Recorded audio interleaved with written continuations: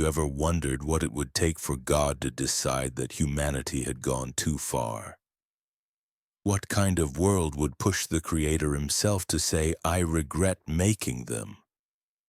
The story of Noah's Ark isn't just about a man building a boat.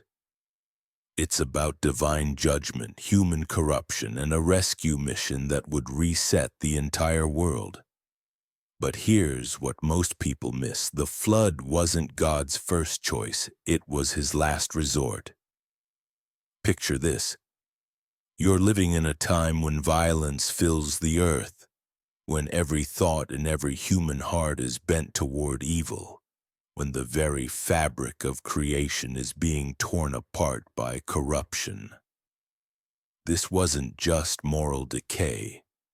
This was something far more sinister, something that threatened the very future of humanity itself. The world had become so twisted that God looked down and felt grief. Can you imagine the heart of the Almighty breaking over what his creation had become? But in all this darkness, one man stood out.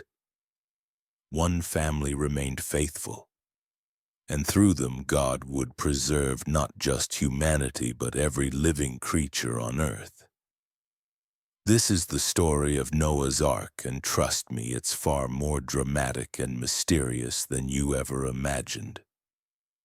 Drop a 777 in the comments if you're ready to dive deep into one of the most incredible survival stories ever told. Because what you're about to discover will change how you see this ancient account forever. The world before the flood was unlike anything we know today. Genesis chapter 6 opens with a chilling description that has puzzled scholars for millennia. When human beings began to increase in number on the earth and daughters were born to them, the sons of God saw that the daughters of humans were beautiful, and they married any of them they chose. Who were these sons of God? What was happening that was so disturbing it caught the attention of heaven itself? Some believe these were the descendants of Seth, the righteous line from Adam, intermarrying with the wicked line of Cain. Others suggest something far more supernatural was occurring. Could these have been fallen angels taking human form? The text hints at something unnatural, something that violated the very order of creation. The result of these unions were the Nephilim, giants in the earth, mighty men of renown. But their renown wasn't for good deeds. It was for violence, for corruption, for evil that spread like a plague across the earth. Genesis 6 verse 5 delivers one of the most sobering statements in all of Scripture. The Lord saw how great the wickedness of the human race had become on the earth, and that every inclination of the thoughts of the human heart was only evil all the time. Think about that for a moment. Not sometimes evil, not mostly evil, only evil all the time. Every thought, every intention, every desire of the human heart had become completely corrupted. Can you imagine living in such a world, where kindness was extinct, where mercy was forgotten, where love had been replaced by violence? This wasn't just a society with problems, this was a civilization that had lost its humanity entirely.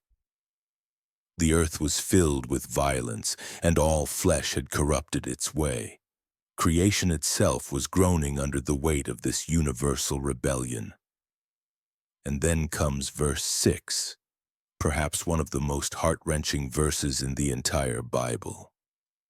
The Lord regretted that he had made human beings on the earth, and his heart was deeply troubled. The Creator of the universe, the one who spoke light into existence, who formed man from dust and breathed life into his nostrils, now looked upon his creation and felt regret. Not anger first, but grief. The Hebrew word used here suggests a deep, aching sorrow, the kind of pain a parent feels watching their child destroy themselves.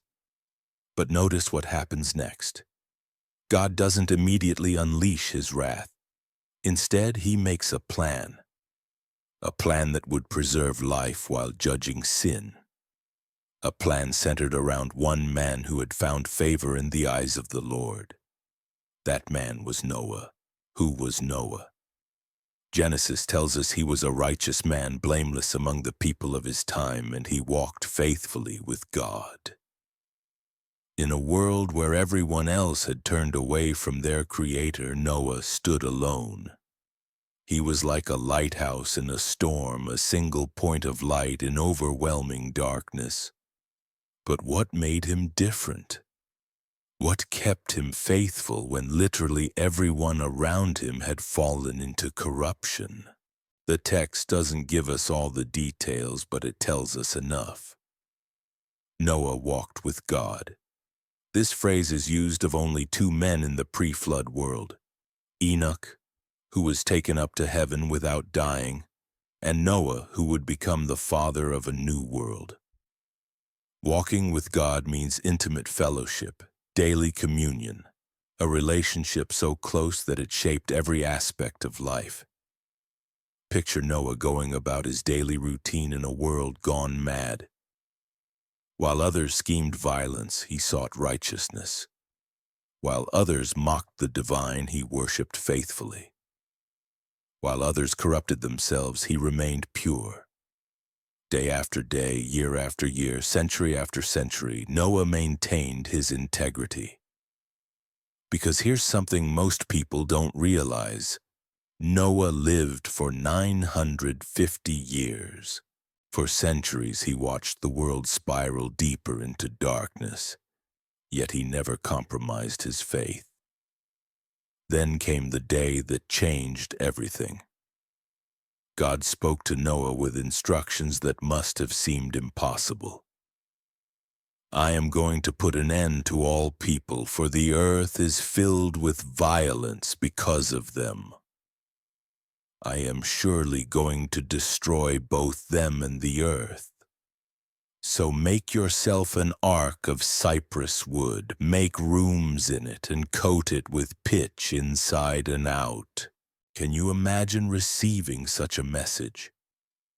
God wasn't just asking Noah to build a boat, he was asking him to prepare for the end of the world as he knew it. The dimensions God gave were staggering: 300 cubits long, 50 cubits wide, and 30 cubits high. That's roughly 450 feet long, 75 feet wide, and 45 feet high. This wasn't just a boat, it was a floating city, a massive vessel designed to house representatives of every living creature on Earth. But here's where it gets really interesting. Noah lived nowhere near a large body of water. He was building this enormous ship on dry land, in full view of his neighbors who had already rejected God. Can you picture their reactions? The mockery, the ridicule. For decades, as Noah and his sons worked on this massive project, they must have been the laughingstock of their community. Yet Noah didn't hesitate. Genesis 7 verse 5 tells us, "And Noah did all that the Lord commanded him." No arguments, no negotiations, no requests for a different plan, just obedience. But this wasn't blind obedience.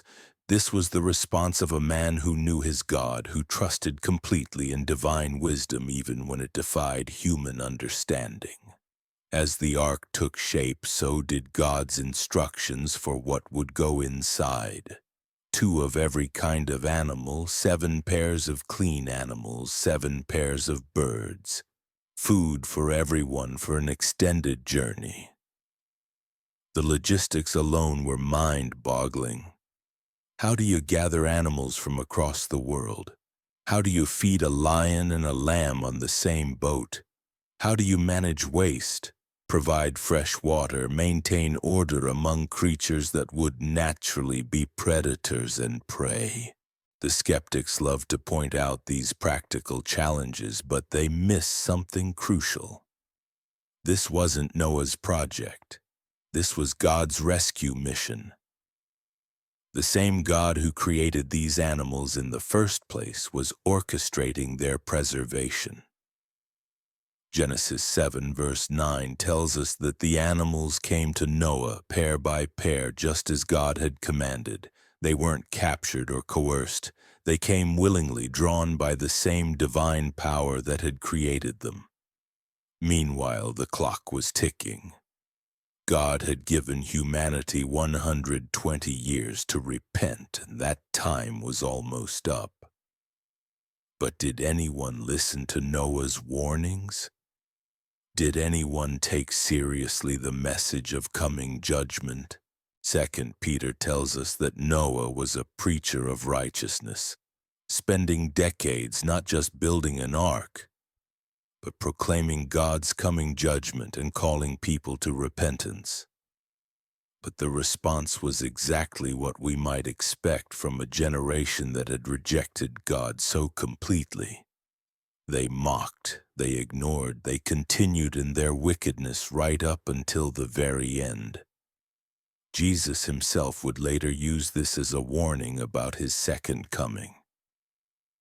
As it was in the days of Noah, so it will be at the coming of the Son of Man.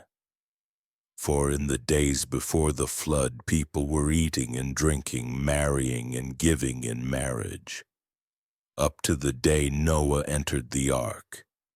And they knew nothing about what would happen until the flood came and took them all away. Then came the moment that sealed humanity's fate forever. Genesis 7 verse 16 delivers a chilling detail that sends shivers down the spine. Then the Lord shut him in. Think about the weight of those words. It wasn't Noah who closed the door of the ark. It was God himself. With his own hand, the Creator sealed the vessel that would preserve life while the world outside faced annihilation. Can you imagine standing inside that ark as you heard that door close? The finality of it, the sound echoing through the massive wooden chambers. Outside, life continued as normal. People were going about their daily routines, completely oblivious to what was about to unfold. But inside the ark, Noah and his family knew there was no turning back now. They were committed to a journey that would last longer than anyone could have imagined. For 7 days, nothing happened.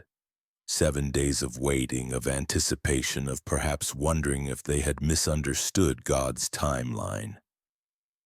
The skeptics outside probably had a field day. Here was Noah, locked inside his massive boat with a floating zoo, while the sun continued to shine and life went on as usual.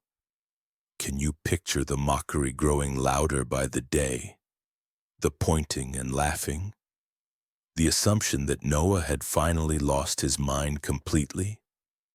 But God's timing is perfect and his patience has limits.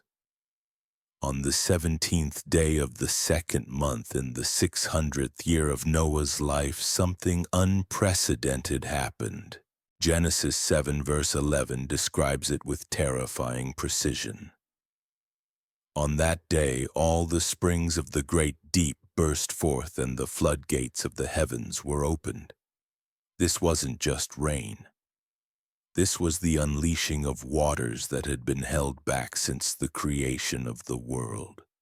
Some scholars believe that before the flood, the earth was surrounded by a canopy of water vapor that created a greenhouse effect, contributing to the incredible lifespans of the pre-flood patriarchs. When God opened the floodgates of heaven, this entire canopy collapsed at once. But that was only half the catastrophe. The springs of the great deep burst forth. This suggests massive geological upheaval, underground reservoirs of water exploding to the surface, perhaps accompanied by earthquakes and volcanic activity.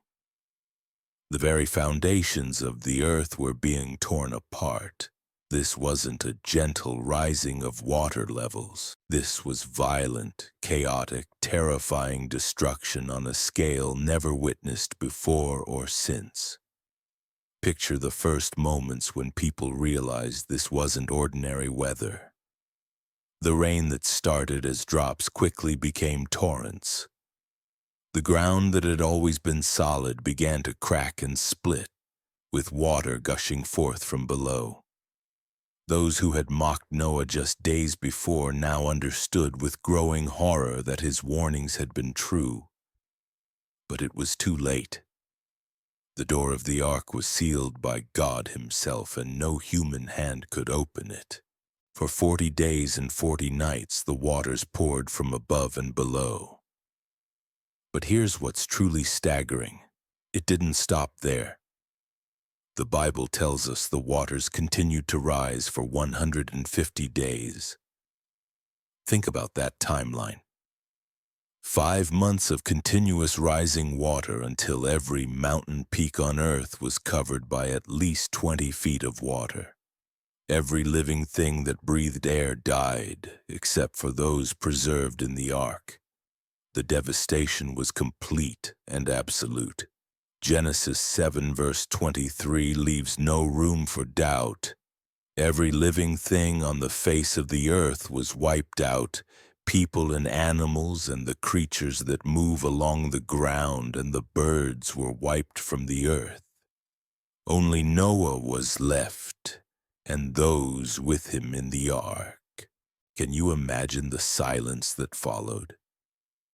After months of crashing waters and howling winds, after the screams and chaos of a world dying, there came a profound quiet. The earth was now one vast ocean, with a single vessel floating on its surface, carrying the future of all life within its wooden walls. But inside the ark, what was life like for Noah and his family? 8 people sharing space with representatives of every species on earth. The noise must have been incredible. Lions roaring, elephants trumpeting, birds calling, all echoing through the chambers of their wooden world. The smells, the constant need for food and cleanup, the stress of managing what was essentially the world's first zoo. Yet something miraculous was happening. Predators were living peacefully alongside their natural prey. Lions weren't hunting zebras. Wolves weren't attacking sheep. This was a supernatural intervention, a preview of the peaceable kingdom that prophets would later describe. God wasn't just preserving these animals, he was supernaturally managing their behavior, their needs, their very instincts. Noah and his sons must have worked tirelessly, day and night, caring for this incredible menagerie. But they weren't just zookeepers. They were the guardians of the future, the preservers of creation, the bridge between the world that was and the world that would be. Every species that exists today traces its lineage back to those animals in Noah's ark. Every bird that sings, every beast that roams, every creature that crawls owes its existence to this moment of divine preservation. As the months passed, the waters began to recede, but slowly, gradually. God remembered Noah, the text tells us, and he sent a wind over the earth. It wasn't that God had forgotten him, but rather that the appointed time for deliverance had come. The same God who had unleashed the waters now began to restrain them. On the 17th day of the 7th month, exactly 5 months after the flood began, the ark came to rest on the mountains of Ararat. But even then, their journey wasn't over. the mountaintops weren't visible until the first day of the 10th month. Noah waited another 40 days before opening the window of the ark and sending out a raven to test the waters. The raven flew back and forth, finding no place to rest, confirming that the earth was still largely underwater. But Noah wasn't discouraged. He waited 7 more days and sent out a dove. The dove also found no resting place and returned to the ark. Noah waited another 7 days and sent the dove out again. This time it returned with a freshly plucked olive leaf in its beak. Can you imagine the hope that must have surged through Noah's heart when he saw that olive leaf? After almost a year in the ark, after watching the world die and waiting through months of uncertainty, here was proof that life was returning to the earth. Plants were growing again. The land was becoming habitable once more. The story of Noah's Ark reveals something profound about both divine justice and divine mercy. In a world consumed by violence and corruption, where every thought was bent toward evil, God didn't simply destroy everything and start over. He provided a way of escape. He preserved life. He offered hope for a new beginning. Noah stands as a testament to what's possible when one person chooses to walk faithfully with God, even when the entire world has turned away. His obedience saved not just his family, but every living creature on earth. His righteousness became the bridge between the world that was and the world that would be. But here's what strikes me most about this ancient account. It's not just history, it's prophecy. Jesus himself said that as it was in the days of Noah, so it will be when he returns. Once again, the world will be caught off guard. Once again, people will be going about their daily lives, ignoring the warnings, mocking those who proclaim coming judgment. The question isn't whether another global flood is coming. God promised with the rainbow that he would never again destroy the earth with water. But judgment is still coming, and once again God has provided an ark of salvation. That ark is found in Jesus Christ, who offers rescue from the coming wrath, just as Noah's ark provided rescue from the flood. So as you reflect on this incredible story, ask yourself, are you living like the generation that perished, ignoring the warnings and trusting in your own righteousness? Or are you like Noah, walking faithfully with God even when it seems like you're the only one? The door of salvation is still open today, but like Noah's ark, there will come a day when God himself will shut it. Don't wait until it's too late.